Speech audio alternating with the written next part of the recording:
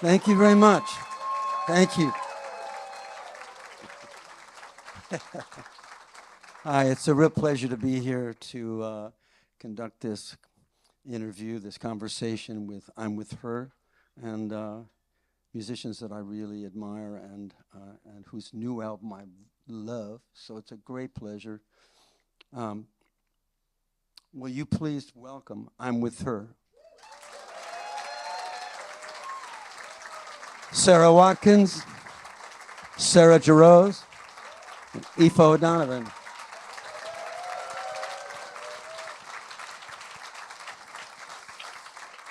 So usually I'm the one being asked the questions, so I'll try to make sure that these questions at least start with focus. I know that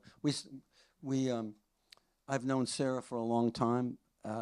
I met her at a show of a Nickel Creek show, I don't think it was a Nickel Creek show, but you were playing on a multiple artist show in Santa Barbara. But you guys are a member. You're members of a scene in which people jam together, get together, and play. I'll ask Aoife first. How did you decide to come together as a band? Because you must have played together many times in different situations. That's true. We are members of a scene, an incredible scene, and a scene that is sort of kind of constantly ebbing and flowing. I met Sarah Jarosz in 2006, but I met Sarah Watkins back in 2001.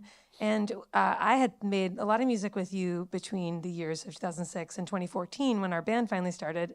And similarly with you, we were just talking about memories of being on the road together and various shanty hotels across America. But we formed the band in 2014 at the Telluride Bluegrass Festival when we found ourselves on a workshop stage together. And during that rehearsal, realized that we had a pretty unique vocal blend. Yeah. And it kind of felt like the next step was it's a spectacular blend. I try to pick out who's singing when, but you obviously do all kinds of great things to sort of change, trade the lead, and make certain sounds together. Sometimes I hear somebody really high, and I go, ooh, which one's that, and who's singing? But how does that capacity, that kind of facility for harmonies influence your writing together, Sarah? Well, a lot of the arrangements happen during the writing process. So we will be just kind of working on a section and feel like maybe some arrangement thing might help tell the story of the lyric in a better way, or like really prove to listeners what we're feeling. Mm. And so a lot of times during the writing process, like the what we end up recording is usually very, very similar to the voice memo demos that we make right after writing the song. The voice memo demos. Yeah. Yeah. When the phone started having voice memo feature, I was able to give up. First I had cassettes, and then I had mini discs, and then I had and I would always have to try to get a new machine, and then there would be the old ones and play. Yeah. So the voice memo. I've got a studio, and I really write on a voice memo. I just write it because it's right there. You can. But so what I want to, there's a great story I read about how you had an instrumental song that it became, what's the one it became? Became Find My Way to You. Find My Way to You. Yeah. Where you were sure that it was just an instrumental. Yeah, I mean, Jarosz and I were we were playing this tune, this melody over and over and over again, and I felt very strongly that it was just going to be a tune, and Aoife was just like, I really think I should sing over this. And I'm like, right, of course you do, because you're not a fiddle player and you don't get fiddle tunes. But truth is that Aoife gets fiddle tunes better than most fiddle players for sure. And so yeah, I think Aoife started singing a melody over it. And I was like, oh, okay, fine. You have to give yourself credit for this, though, because before you started playing this fiddle tune, we were kind of doing what we do in the writing room, which is going through not just the voice memos, but the notes app in our phones and looking at whatever sort of random lyrical ideas we may have written down. And you had these words where you were like, find my way to you, I'll find my way to you. And you had like this snippet of an idea of find my way to you. And then I was like, I'm going to trick her into letting me sing over this by using her own idea for the hook. Well, it's one of the most fun songs to listen to on the record. It sounds like you're having such fun when you play the song. I know you're going to play it tonight, too. I snuck a peek at the set list. So, Jerose, I'm going to call Sarah Jerose so we know that which Sarah I'm talking to. Great. Your song, what's it called? Daughter? Only Daughter. Only Daughter. It's so full of womanhood. It's so full of that. It's such a beautiful melody, and it's well. Now, see, and I've gone and called it your song. That's because, it's like "Let It Be" was Paul McCartney's song, and Over the Universe is John. I mean, whoever's singing lead, you tend to think of as their song. Is that the way it is? I mean, were any parts of that song written by? Very collaborative. All of our songwriting is, it is funny that you mentioned that because there have been many moments on, playing this record this year, singing these songs live where people will say, oh, Sarah, that song, it's so beautiful. And we're like, we really write these songs at more than any other collaborative, thing that I've ever done. This is so, all three of us are so involved from the very beginning. And, obviously, we'll bring little snippets, like Sarah brought the fiddle tune for Find My Way to You. I did bring the first few lines of Only Daughter, and I am an only daughter. But it was almost like, I think what happens in this band a lot is that if we have an idea that we know will be right for the three of us, it's almost like we stop short of finishing it because we want to get in the room together and sort of go to the finish line together and really just see where it takes us. And so, yeah, very, very collaborative writing process with the three of us. Well, the chorus is so beautiful and such a it's sensual in the way that it moves and turns, and to be talking about being held in your mother's arms, of course, is a sensation we all sort of have some memory of very deeply, held memory of. So, but right away, do you sit in a room together? So you do some writing on your own. You each have your individual careers, and I get the impression that you bring things to the group. So when you do write together, you're sitting down at the same real time together. Yeah, we will just kind of schedule out a few days whenever the three of us are free from various touring projects. And like when we started the writing process for this record, we didn't have any idea if we were going to have a whole record, when that might come together. And we just, had a few days that we all were going to be available physically and emotionally to be in the same spot. And we didn't know if we were going to leave that weekend. That was just here in Altadena at a little Airbnb. And we didn't know if we were going to be able to, if we were going to write a bunch of songs, but we knew we wanted to just kind of connect and check in with each other and see where our heads were. And so we started 2 or 3 songs in those days and got a pretty good chunk of them. And we, like Sarah was saying, like we'll have these little starts and we'll play it for each other and just kind of see. You can sense when your bandmates are excited about an idea, or it kind of lights everybody up. It feels like whatever is being sung about or talked about is resonating with each other. Do you work on them in the absence of the other two?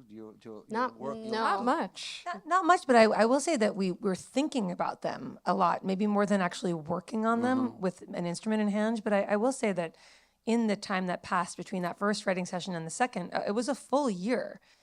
So there was definitely some, I feel like we came to the next session having sat with these very small snippets of the first 3 songs. And I feel like it was much easier to go into that session having, even though a full year had passed, I think we had all been sort of thinking about how the story could unfold from these 3 tiny seeds. And it really did. become, I think, a much more cohesive collection than I think than I expected. And I wouldn't say it's a concept record by any means, but it's really thematic. It's very thematic, and I don't think we didn't say when we went into it, let's write this type of record. Like as Sarah said, we got to an Airbnb in Altadena with very low expectations of ourselves, and what emerged was very cohesive, just sort of, I don't know, by happenstance. Sarah Watkins mentioned that the house in Altadena is no longer there. Yeah. Did the song you write, does the song you write in a place that is then gone, does it go through another iteration of growth, or did you feel like a sense of impermanence that you wanted to then imbue into? I mean, did that fact find its way into the song in any way? No, well, it was already recorded at that point You don't when record the it. fire happened. But what's also interesting is the third session that we did, the third and final writing session was in, it was out just outside of Asheville, North Carolina. And then, the terrible flooding happened from the hurricane. And it was just like, it felt like nature Following you around. was just, its power was in those places. Well, there's so much nature in your songs. The songs on this record have so much intimacy with the natural world, which is so welcome. I just find it really reassuring because it's under such an assault by, humankind. And wanted to ask about the song "Standing on the Fault Line," because if you're growing up in California, you always hear that there's going to be the big one. The big one's coming. It's going to be any time now or eventually. And so "Standing on the Fault Line," of course, is also part metaphor, right? I mean, it's not just about earthquake, right? Yeah, it's, I think to me, it's definitely very grounded in Los Angeles, because there are many of us, I'm sure, in this room who at one point or another every 5 years or 10 years think like, is this when we're leaving? Like, is this when it's looking pretty rough? And then you stay and all your friends are here, your people are here, but I mean, of course, like we all, like you said, metaphorically, like in our lives, there's always that line of like, when do I leave? What do I stay? And we like that there's not really an answer in that song. It's just grappling with having to make choices. Okay, another question I have is that there's the melody of the beautiful melody of that chorus, standing and then there's this very different feeling. Like I don't know whether to call it a bridge or is it like a whole other section that is very different, and that's somebody came to that song and added. Is that you, Eva, or is that? I don't even really. You know what I'm talking about? Well, it's we kind of become the witchy women singing. That was actually an interesting arrangement in the writing process moment where I think I can't remember who, we were all very much writing that together, but in the initial voice memo demo, Aoife was singing that part by herself. And, because Sarah had the verses in the chorus, and then it kind of switched to Aoife. And when we were listening back, we were like, this doesn't make sense to just have one voice here, because it is kind of this spooky, witchy, lyrical moment. And you're right, it's like a tone shift. And so we realized singing in unison together kind of created this. Is that what you did? Is unison? Yeah, Oh. yeah. And at first, I think in the studio was you and me singing at unison, and then we thought that didn't really make sense because your voice shouldn't be telling you this sort of the same thing. And that is actually one of my favorite moments in the show, also in the live show, is doing that unison moment, because it's such an incredible feature for Watkins vocally and in our live show, and it's this really intimate. And I feel like, as you said, even though it's a collaboratively written song, you live in California. You are certainly living this, these lyrics more than I feel I am in my day-to-day life. But then when we come in this unison thing, it's really heavy. Yeah. Well, I'm really jealous hearing about this collaboration.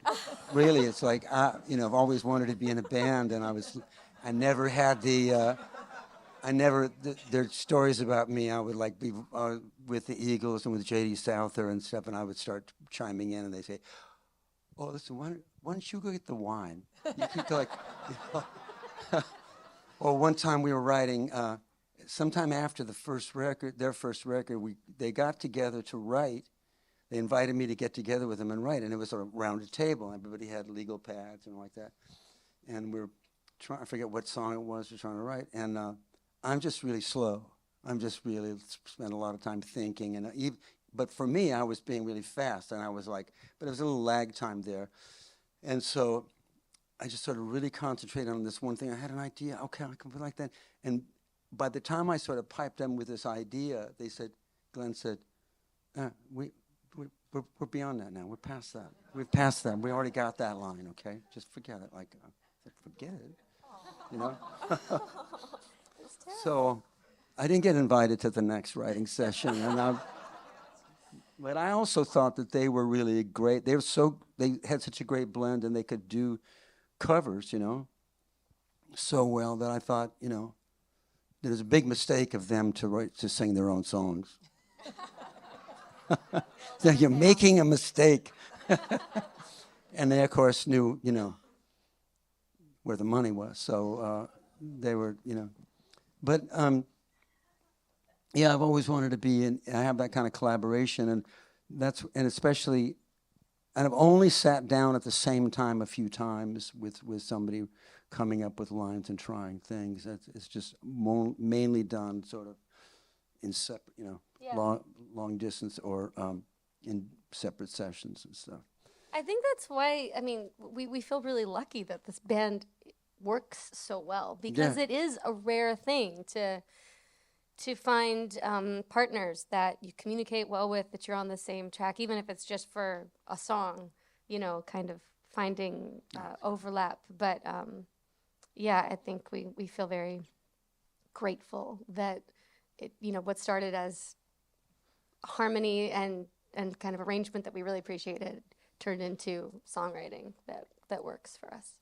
Do you know that story about Benmont and the Wobbles? You know that song? No, I don't know. Oh, well, on his first album, he's got this song called Wobble. It's got a title, and I mean, it's a really great New Orleans song. It's called Wobbles, about wobbling down Esplanade. And so, but on that first album, they recorded it as an instrumental, and he got really inspired, and he came in the next day and said he'd written lyrics to it. And his producer, Glenn Jones, said, "No, there are no words on this song. Can you feature like that kind of a producer, that kind of iron fist, that kind of like." Well, and we so worked with Ethan on our first record, so. well, this is Ethan's dad, Glenn Johns. Yeah. And he's famous for these kind of dictatorial things, and I suppose it endears him to some people. But I was like, how do you tell somebody that just wrote lyrics to a song that he can't even try to have lyrics on the song? No, this is an instrumental. I'm sorry, Aoife. He did it. No, that's what makes us such a great collaboration. You've all brought me here today to... No. Yeah, so if you want to know what the words are to that song, it's on the second album. He recorded again with the words, and they're beautiful words. Yeah. Yeah. Okay, well, I was given some discussion topics, and I thought maybe I would, we've already covered some of these things. Okay. We already covered that, okay. Okay, so how was the process different on the second album from the first album? Is it something that's just evolved, or is it like? I think we just, it just went so much deeper. I feel like on that first album, we were still finding our sound as a band. And you know, after we figured out that we could sing together, the first thing we did was arrange cover songs, you know, so really before getting into writing our own songs. And so I feel like that first record was kind of the extension, the first round of things, you know, and sort of the initial spark and capturing that initial magic. But in terms of the songwriting, I feel like we did take our time so much more. That first record we wrote at a writing retreat in 10 days in Vermont. and then recorded it in 3 weeks. Like a month later, too. Like a month later, and it just all happened very quickly. And so I feel like that whole record was just about the rawness of it and kind of capturing that magic spark that we had in those early days. And yeah, this one just, when we got together in the fall of 2021, you know, post-COVID, and kind of getting, just like Sarah said, just kind of seeing where our hearts and our minds were at. It was much more about that. I feel like we had just lived so much life together because we had gone on the road for 2 years. Well, how many years are there between the first and second album? Well, 2018 was the first record, and Well, we recorded it. we recorded it in 2016. Yeah, we recorded it 2 years before it came out. Yeah, so quite a bit of time and life happened. I think that just so much had happened, and I think this is like anything. You know, when you get older, you sort of, as the more experiences you have, the more heavy the themes get on the whatever it is that you're creating. You know, in 2017, Sarah and I had children. You know, you got married. I lost a parent. It like just so much stuff had happened while we were while we were working on this record. Coming out of COVID, we were just sort of having these deep experiences, and I think you can definitely hear that on the record. That's so great. It's so It's just cool. life. How many sessions did you have? And you talk about you were in North Carolina. You were Altadena. How many times did you get together? Three weekends, or like 3 chunks of days. Altadena, and then a year later in Echo Park at another little Airbnb, and then a year later in North Carolina for what, 4 days? 3 days? It was 3 nights because we each made a dinner. Yeah, Food is very important to our writing process. it is. We, like, the first thing that started on the first record, that's something that's the same. We were driving up to the house that we were writing in Vermont, and we stopped at Brattleboro. What is it, Brattleboro Co-op? Brattleboro Food Co-op. And we, like, you should see like the grocery cart that we were leaving for this like 8-day retreat, and it was fantastic. And there's so much bread and so much butter and so much yumminess and recipes that we had planned, and that was something that it's something that continues. And in North Carolina, we each made a dinner and hosted each other. And so we would write like 10 to 5 or 6 or something with a little lunch break, and then we'd make dinner together and talk about life. Forgive me for asking so many questions about how they do this, but look, are you alone together? I mean, you don't like have your, like, Sam's not aboard. The second writing retreat was in Echo Park, and my family lives here, and that was tricky because my head was split. So we would be working all day, and then I'd leave in the afternoon to like do mom stuff. Get some time. And it was tricky because it's a very different headspace, and so it was very nice the last trip to just kind of all of us be in a neutral ground, someplace that was not anyone's home, and we could all just be there together, isolated. Now, are you two both from Texas? Just me. You're Texan. I'm a Texan. Yes, okay. Austin. I'm from Massachusetts. From Massachusetts. But I live in Florida. So. But are you singing the song that's about the Brazos? You're singing it, but Aoife's singing it. I'm singing it. You wrote it. We all wrote it. Okay, Yeah, sure. Aoife brought the initial idea for that song because It's Wild and Clear and Blue. yes, Right? the title track. Runs through me like the Brazos. Yep. It's so beautiful. Such a great line. Yeah. But it threw me off. I'm thinking, I'm pretty sure that's Aoife singing that line. And Well, it is me, and the truth is that I've being from the Northeast, which is like just so wildly different than Texas. I've always been so fascinated by Texas, and specifically by Nancy Griffith and her record "Lone Star State of Mind," which was my favorite album as a child. Still is in my top favorite albums of all time.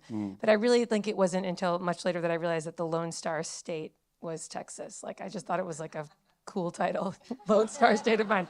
I mean, like embarrassingly late. Like maybe like I was 37 or something. yeah, she was wonderful. Yeah. A really amazing voice. Do you think that her voice do you think there's a similarity between her voice and Emmylou's voice? A kind of timbre that's kind of about that. wonderful kind of bright. There's like a shimmery shiny, thing. shimmery Yeah. thing in I wonder what that is because their voices are so distinct, but there's like it's almost like a similar source in them or something. Is Emmylou singing on Are You Tired of Me, My Darling, though, with Iris Dement on Other Voices, Other Rooms? I think that's the three of them singing together. Oh, really? Yeah, I'm pretty sure. Wow. You reference Nancy in that song, and that's also there's so much mother-daughter dialogue in these songs. It just weaves its way through, and it's such a clever way that you mentioned asking about paradise, and she said, "Yeah, it was everywhere."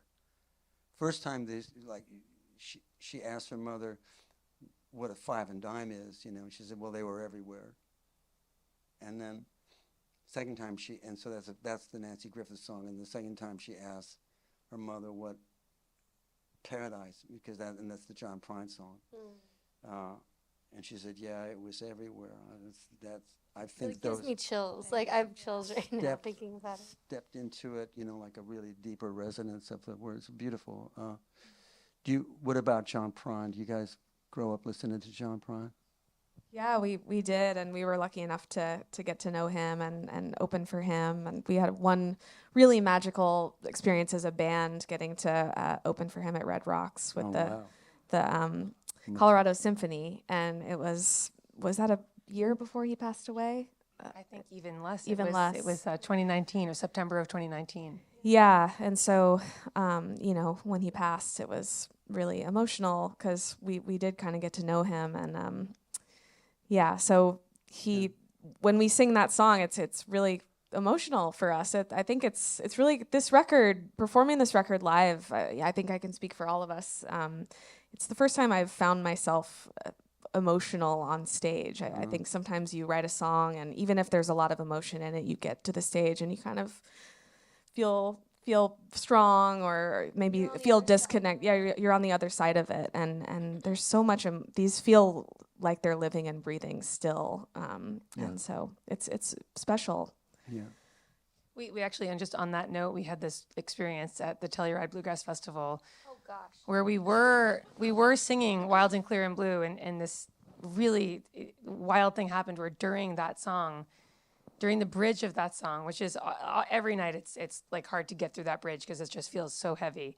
A dog came out onto the stage, and at first it seemed like funny and people were kind of laughing, but the dog just stood at the front of the stage looking out at the Box Canyon, and it really felt like a spirit was there. It was so powerful. And then Aoife said, "That's John Prine." And then we all just started And we all crying. cried. We could not sing the rest of the song. Finish the song. That's wonderful. Yeah, That's really special. Wonderful. Have you played at the You Got Gold? It's a yearly celebration of John Prine songs. I got to do it, and so amazing to hear it in a whole night of all kinds of different people singing his songs, and a lot of people that I'd never heard before. Just really interesting people that were invited. And Which song did you do? Summer's End. Oof. Which is just one of those songs that makes you really emotional just to sing it. It's just, you just get into it puts you in a emotional state. And songs that do that have that magical, that's written in that, I mean, you can't not go to that place. It's about mortality, of course, and it's also about there's some mystery, and and it's about friendship and the impermanence of life. It takes me a long time to learn anybody else's tunes, just because their choices just captivate me, and I'm like, don't give myself to them just automatically. They make me think a lot about why he chose that particular. So they're hard to memorize, and you're not. We've all sat around singing songs that we're reading off a page, especially at the Watkins Family Hour, where you're invited to come and play one of your songs and something that, you know, and that they give you an assignment. We don't always give you an assignment. Well, you know, the last time I played the Watkins Family Hour, you know, like it just was casually mentioned what you were going to do of your song at the end, and it's a song that I sang on the record, but I didn't remember the title, and I just thought, I don't think I know that one. I didn't even hear that you were doing that song, and halfway through I was just off the stage thinking, oh shit, I know this one. And matter of fact, did she say that I was supposed to come up? Yeah, she did, but I'm just off in the wings. Like, yeah. How dare you? Well, that thing about the Watkins Family Hour is that's my favorite thing. This is my favorite. It's like my congregation. It's a thing that I love doing because people do come. I always meet somebody that I didn't know before, Margaret Glaspie maybe, you know, or Christian Lee Hudson, or you know, and it's always so you really have your ear to the ground, and that's why I said this. What I said about the scene that you're from, it comes from the eclecticism of the festivals like Telluride, which we used to be a bluegrass festival, and then it just got so eclectic, and there's so many songwriters and so many different kinds of music presented there that the Watkins Family Hour things. That's you know, Sarah runs it really. You're the one that organizes. She organizes it, and she and their facility for playing and learning songs. You learn so many songs. I don't know how you do that. Well, my brother and I host it, and we kind of like trade off depending on who has the capacity to like lead the thing. And I feel like he's been leading the charge for a couple years now. But we all feel really lucky that we grew up in this very collaborative scene, like where it was just as important to be able to sing harmony on somebody's song as to sing lead. And you know, when you draw on these old songs and you find the common material, and you know somebody starts singing like an Iris DeMent song or a John Prine song, and I know that one, and everyone finds their part, and the solos get passed around, and you're supporting each other, and that's such a special culture to grow up in. And you know, we all grew up in a version of that had tons of overlap, and festivals were the way that we met each other. You know, like I met Sarah Droz when she was 9 years old, and I met Aoife that same year, and I'm 10 years older than Droz, and we met at the Philadelphia Folk Festival. We met in Texas Festival, and it's just such a special thing to be a part of this very broad community of people who, you know, are respecting these roots. Yeah. You know, this roots music. Well, when I met you, you had sung a Guy Lombardo song. Oh yeah, Tom Brousseau taught me that song. You know, there's like Guy Lombardo is like a big band. He's leader, Canadian. Canadian from Canada. Yeah. And I just thought it was so cool when I said, "What song was that?" You said, "Well, the guy." You said it was. You were so cool about it. Like you said it like. I was probably acting like I was very well versed in all the Guy Lombardo material. You know, like very. No, cool I think people you are. said it like you knew how odd it was that somebody of your age would know a Guy Lombardo song, or that you would have chosen that. I mean, I grew up in a jug band. I mean, I grew up. My father was into Dixieland and ragtime music, and so when I was, 16 or 17, I was in a jug band, and I loved all these songs that we were singing that were from that era. So I like. Did you find people when you were coming up in music who had a similar background or any kind of appreciation for that stuff? Or yeah. Did it feel like you were? I was in the Nitty Gritty Dirt Band when I was in high school, before they were a country band. They were my first show I ever got to see with the Nitty Gritty Dirt Band. Really? No. Wow. Mine was New Kids on the Block. What did he say? I said mine was New Kids on the Block. It's kind of similar. What was your first concert? Mine was Bill Staines at the Cactus Cafe in Austin. Okay. Mine was Lighton Hopkins at the Ash Grove. Wow. My dad took me there when I was about 14. My father loved Barbara Dane, who also sang at the Ash Grove, and she had a piano player, My dad was a piano player who was obsessed with trumpets and all manner of horns. He'd walk around the house playing a French horn or a sousaphone or something, or a trombone. But this guy that played for Barbara Dane was her piano player, and she was a blues singer. And occasionally he'd reach over and comp chords with his left hand and play a trumpet solo. And that was my father's favorite thing. And but he also, and my first record I ever bought was a Lead Belly record.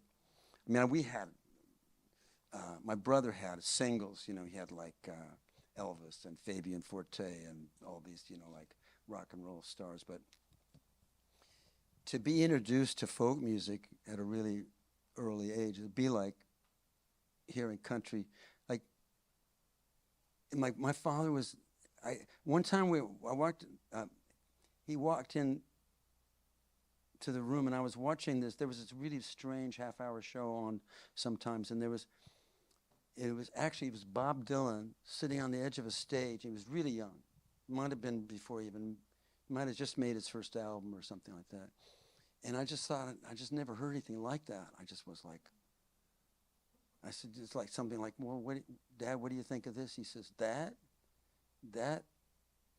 my son, is the real deal. That's the real thing. He said, I knew guys that sing like that when I was in the Army, stationed in Mississippi.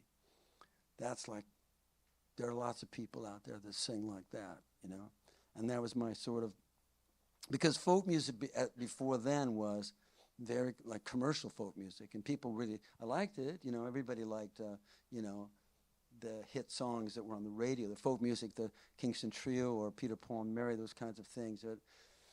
But the real folk blues, and then led to hearing Woody Guthrie and Lead Belly and Pete Seeger and the Weavers and all this. The big what Steve Earle calls the folk scare, when everybody like suddenly was listening to real traditional music. So did you ever? You mentioned Merle Fest backstage. Did you ever hear Merle and Doc play together? Not Merle. Not live. Yeah, not Merle, Got but to see Doc a little bit. same. Yeah, at Rocky Grass. Saw Doc. Rocky Grass? Yeah, Rocky Grass is the Telluride sort of sister festival, also in Colorado, but Where we met. much smaller. Yeah, that's where we met for the first time, and we've played there, and it's a very special place. Well, There's this great jamming culture there where the campground, it's a small festival, capacity of like 5,000 maybe? 3,000. 3,000? Yeah. And a huge amount of that is campers. And so people are in tents or, a couple of motorhomes, but there's a lot of tent camping. And as a kid, you just kind of roam around the campground with your instrument. yeah, heaven. And you find you just kind of follow the sound of what sounds good. And and then there'll be like some jam that just doesn't really fit. It's like, it's not my vibe. And then you'll go over here and you're like, who's that playing? That's amazing. And you find your crew by the end of the festival. You're like, stalking your favorite musicians. And That's just unbelievely cool. Yeah, Like it's to grow up nice. with that. We didn't have that growing up, but we had here in California, we had a thing called the Renaissance Fair. You remember that? And you'd go, and because it was on a weekend, there were people that were part of the fair would spend the night. So there were camps of people, and there was music being made in all these different camps. And it was just unbelievably cool. And it was the beginning of, flower power and the hippie era, where, and just I want to know what you're thinking about right now. I feel like you're seeing things you're not telling us. okay, well, I started to think about a girl that I met at the Renaissance Fair but That's right. but that I didn't really meet her. What I mean is I only saw her. But then my sister told me that she met. Does anybody know who Kim Farley was? Kim Farley walked up to my sister, who was really beautiful, and said, "I sleep in abandoned buildings." Oh my God. He was a record producer, and I think did he do Alley-Oop? He produced Alley-Oop and something. Anyway, it was just where all the freaks would wind up. mean, it was like beatniks and hippies and musicians and people who, you know, bound their own books or made paper or you know, like it was. I think there's still an active Ren Fair culture. I'm pretty sure. Yeah. I can't say that I've ever been to one, but I went to one once. you went to one? Yeah, and it's a slippery slope. I feel like like in another world, I really could have gone down that path and there, but for the grace of God. Well, I want to back up for a minute because you said your first concert was the New Kids on the Block. So, what comes to mind is to what degree songwriting comes into like learning traditional songs, learning songs that everybody knows, and get to play together, and the way in which you get to play songs because, well, I know that song too. All right, have you heard this version? Or here's the difference between the Mississippi John Hurt version of Staggerly and the Dave Van Ronk version of Staggerly, and you take the parts that you want and make your own. But I mean, it leads to writing. But did you you girls grew up with the radio was going on. There's all kinds of pop going and rock and roll and stuff. How did that?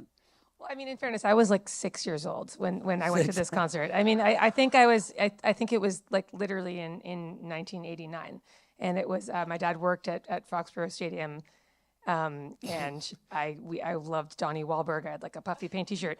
That said, I feel like you guys went to you had cooler taste in music. Maybe you're a little older, and I don't know any New Kids on the Block songs that I would like pull out at a jam session these days, but you know, you do have all the influences of all the pop music and all that, and I think even now as a parent with a young child who talking about these experiences that we all had as kids playing music and you know, going to music festivals and going to jams and singing. I grew up spending a lot of time in Ireland where there's such a huge singing culture. The jamming culture is really more about singing than it is about playing. You grew up in Ireland? I grew up spending my summers in Ireland. My dad was from Ireland.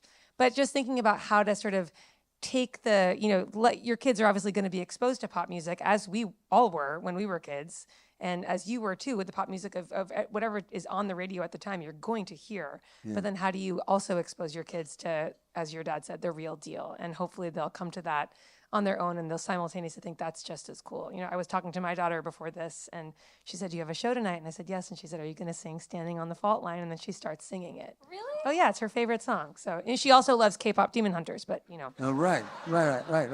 So when did you write your first song? I wrote my first song, and I had a band with my friend Sarah Heaton in 6th grade, and it was called Fairy Mist. It was a kind of a Ren Fair-inspired title. It was spelled Faerie, and the first song that we wrote was we set an E.E. Cummings poem to music. Maggie and Millie and Molly and May. Have I ever played this for you guys? Wait, how old were you? I was like 11 or something, and then we wrote a song called You were Lover's 11 Secrets. and you put an E.E. Cummings poem to music. Wow. That wasn't meant to be like a flex. It's just... Did you choose between E.E. Cummings and any of your other favorite poets? I really was into E.E. Cummings back then. It was kind of the cool thing. You guys remember this? Was it cool? Right? Anybody? One person. Okay, it was cool. There are no capitals. No capitals, exactly. Now, I can't pretend that I really know E.E. Cummings' poetry, but it does seem to me like really advanced, really sort of accelerated, right?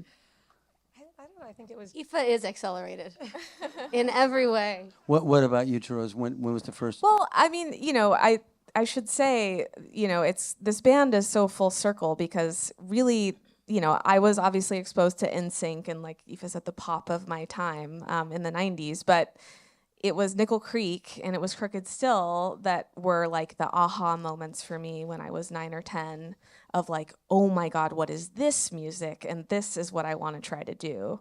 And, you know, seeing the Nickel Creek music video for Reasons Why on CMT when I was 9 years old and being like, what is this? Could you say that again? The Nickel Creek music video for Reasons Why. It's a Nickel Creek song, Jackson. Oh.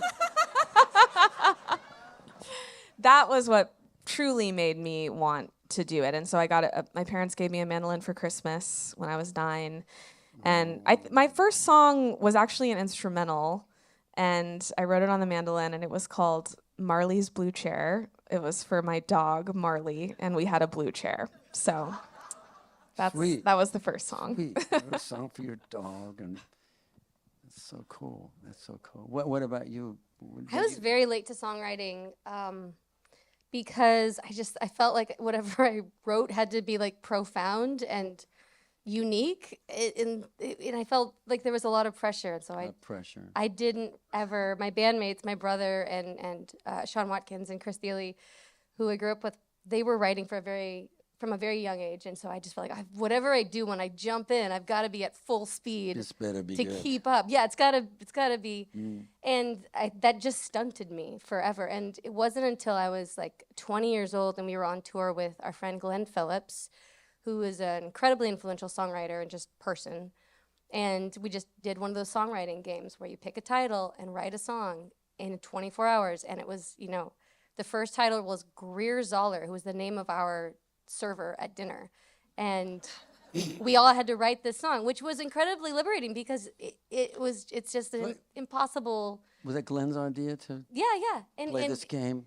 Yeah, it was. We had never heard of it, and so we would do it in 24 hours, and we just have to do, a couple verses and a chorus and play it for each other before sound check. And it was the thing that like finally freed me from feeling so precious about things. And then and sometimes I kind of need to go back to that way of thinking. Yeah. Because otherwise I get stopped up. Yeah. Which is no good.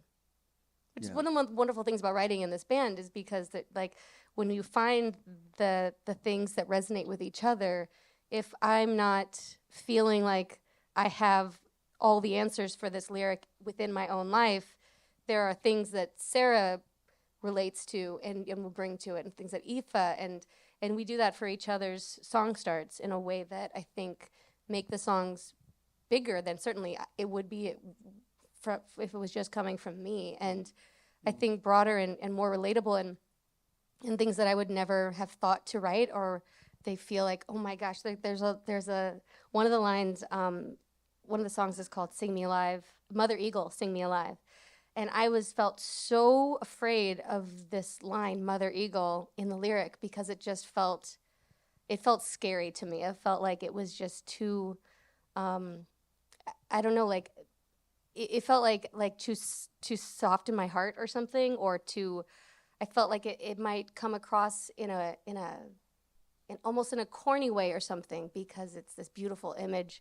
And every night when I sing it with these, it's just like a very powerful moment because I feel like, because Jerose and Aoife were just like, no, this is resonating. This is it. And I was like, okay, I think I'm going to go with this for a minute and see how it feels. And it started to feel just like this much stronger point in the song than anything that I would have come up with, and now it feels like a very, suitably liberating moment. So much affirmation to sing in each other's company. And it's this very moment. It's this lyric of strength. Yeah. The people are here. Oh, it's time for questions and answers. Q&A. I'm told that you will raise your hands, or if you have any questions, I'll call on you. Okay, you have to stand up so we'll be able to hear your question. Okay.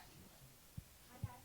Hi. Hello. I am actually wondering, you were talking about pop music, and it made me think of your cover of Espresso, and you've done so many great covers, but have you found that younger people are finding you through that? I mean, I actually like your version of Sabrina Carpenter's Espresso better. Are you finding young people discovering the band through some of your covers? And also, why did you choose Espresso? It's so good. Well, we did have that amazing experience at Gray Fox. That's what comes to mind. that we had any reaction related to that song.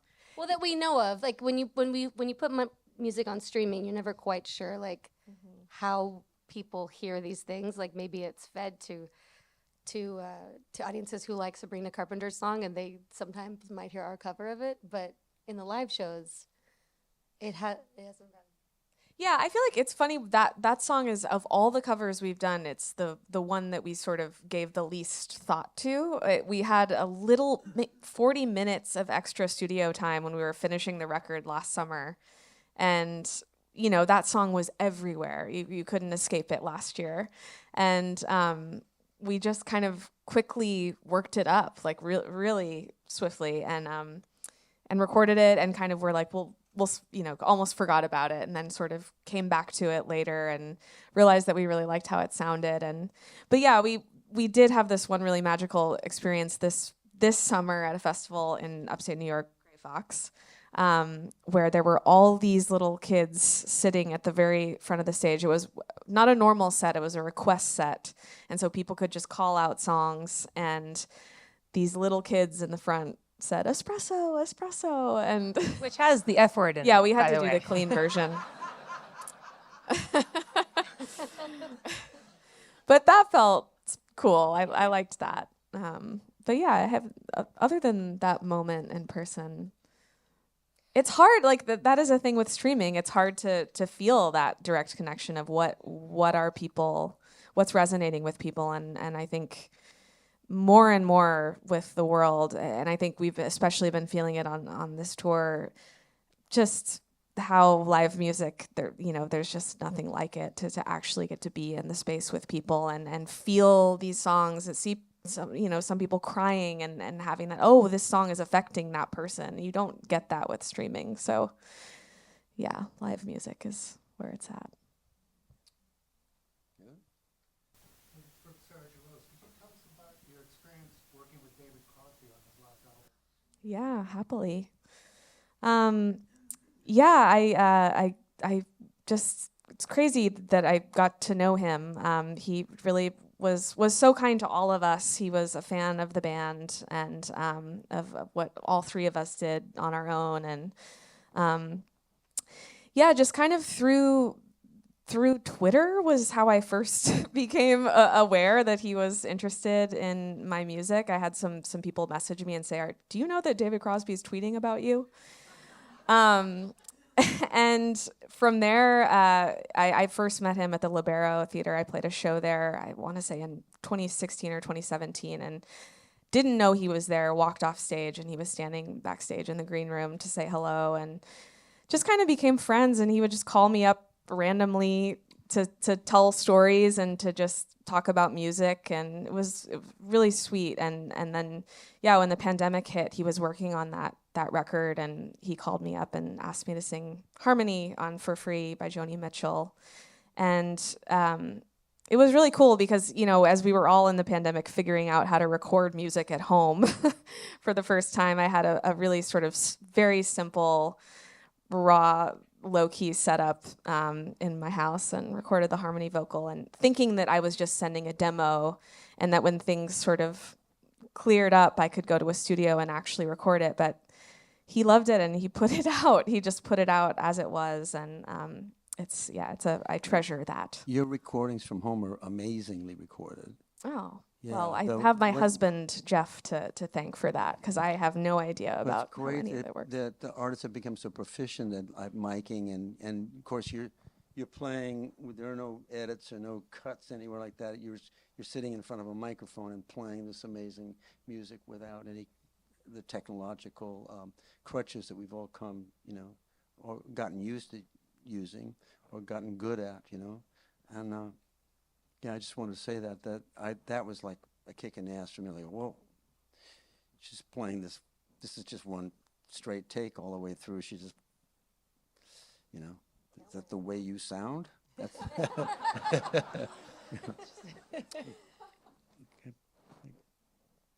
yeah. I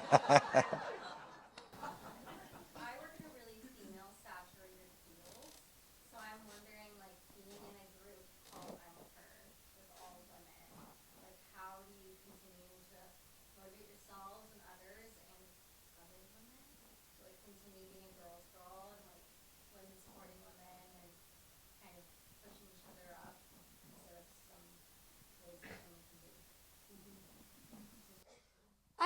it's funny. I don't think of it as that deliberate, or there's really not a lot of thought that goes into, other than like it's really sweet to meet kids and young like little girls playing music. I love that, but it's the easiest thing in the world to support these two. And I think going back to that collaborative foundation that we all have, we were all really encouraged and nurtured by these wonderful men who brought us in and taught us all kinds of men and women. Men and women, yeah. But like it was a lot of men in the bluegrass scene that I grew up in, and certainly women like Laura Lewis and Allison and all these wonderful people. But yeah, I think, I don't know. What do you guys think? I think that it's something that I do think about, being in an all-female band, and certainly people ask us, we get this question a lot, like, you guys are in a girl band, how we met was because we were on a girl workshop at a bluegrass festival, where the majority, it basically was, did they actually wanted to call it Estro Jam? That's true. Oh my God. Oh my They God. literally did. So I think that it's you definitely, like Sarah's right. I mean, we are all very lucky, and I think many may say unique in our experiences of really having very strong male mentors and people who have always brought us in and made us feel like equals, like an absolutely equal player. And I think that surrounding yourself with musicians who will treat you and who will respect you for what you are, regardless of. It really just have it be based on your ability as a musician is really important. And I think that's something that we all strive to do, is to surround ourselves with musicians who we really respect, and never to put ourselves in a situation where we are, playing music with somebody because they might be something, but really just to have a wide range of people represented that are all incredible musicians. I think that when you're in a field like music has to come first. And so really just making sure that you're inspiring the next generation of musicians, women, to look up to you and say, look at them, look what they can do. And I want to be that good so I can be in a band like that. Like that's kind of how I think of it. Totally. Well said.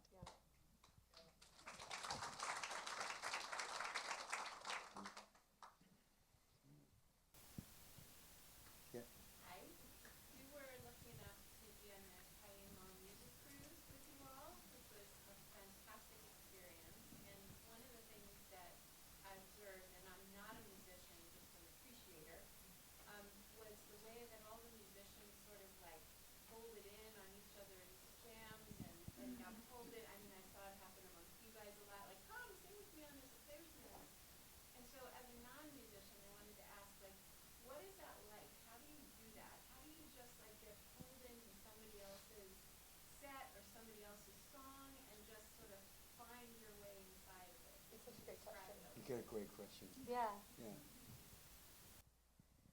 Well, I mean, I think it's kind of goes back to what Sarah was saying, especially growing up in the festival scene where there's lots of jams. A lot of the people that are on the Cayamo lineup, especially, I think, have been in situations where there's song circles, or, that you're sitting on a stage, and even if it's not a super collaborative thing where you're maybe going down the line and everyone's singing their song individually, someone still might lean in and sing a harmony on a chorus or something, or just lend a little chord. I think there's a lot of shared language, that we have as musicians. And so even if you don't know a song word for word or chord for chord, you can still use your ear and listen and figure out what a good thing to lend to the song to sort of make it better would be.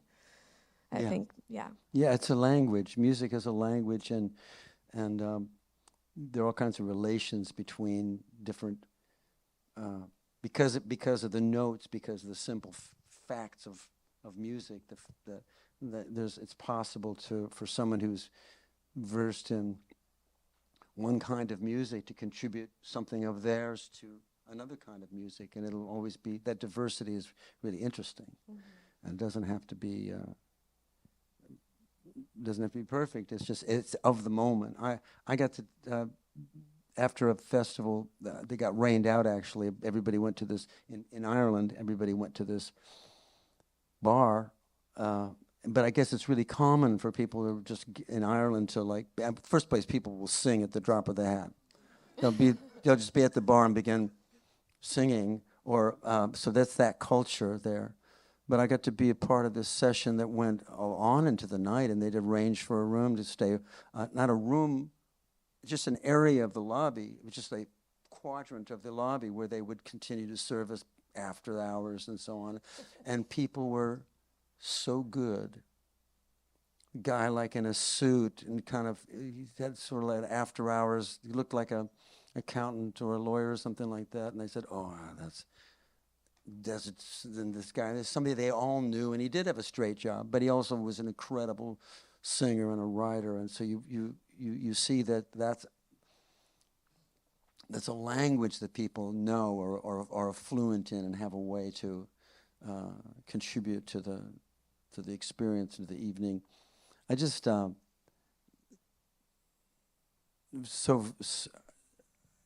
the way, I recommend that you learn to play an instrument. Yeah. You know? Yeah. Mandolin. By the way, when you mentioned they're upstairs looking at guitars and stuff, and you're talking about how they want to know about your instrument, and you talked about the Taylor that was made for you. It was a ukulele. I mean, it's tuned the same as a violin, right? No, the uke is tuned like the top 4 strings of a guitar. Oh. Like the D, G, Wait, I knew B, that. E string, but it's like, but that it was very nice for me because It's a mandolin that's tuned like a fiddle. Yeah, the mandolin is tuned like a fiddle.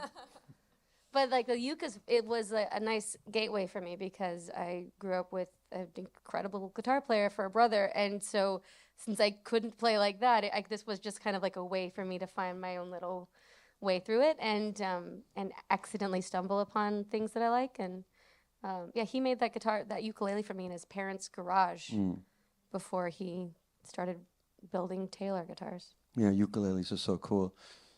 Do you ever sing Somewhere Over the Rainbow? Do you ever do like Brada Is? I have not lately. That's a sneaky hard song. The first time I ever heard them sing was at Sean's wedding, Sean and Dominique's wedding, and they burst into that Dolly Parton song, He's Gonna Marry. Oh yeah. Do you remember that? Do you still know that song? We haven't done it. It's maybe been since then. It was great song. stunning. It was unbelievable. It's a great song, but also it was that blend and that really like that incredibly frisky. You got to check it out. I mean, have you ever thought of recording that? It's on YouTube. We did it. It's on YouTube. Yeah, there's Awesome. a couple. We used to do a little medley. Mm-hmm. Bill Monroe song, that My song, Heart. and then an old folk song called "Can't You Hear Jerusalem Moan." There's a fun version of it that we did on our on Live From Here, a radio show that Chris Steele had for a while, and that was really fun. And there's also a version with Billy Strings. Oh yeah, There is, yeah. Let's make that go viral. Well, I think we've. That's all we have time Come for, to- unfortunately. Well, now they're gonna play, right? Time to We still perform. have time to play. All right. Thank you, Jackson. Thank you, Jackson. Such a pleasure. We're so honored that we're getting to have this conversation with Jackson Browne Thank on you. this Thank you stage. so much. Thank you. Thank you. I'm with her. That was so much fun. You're amazing.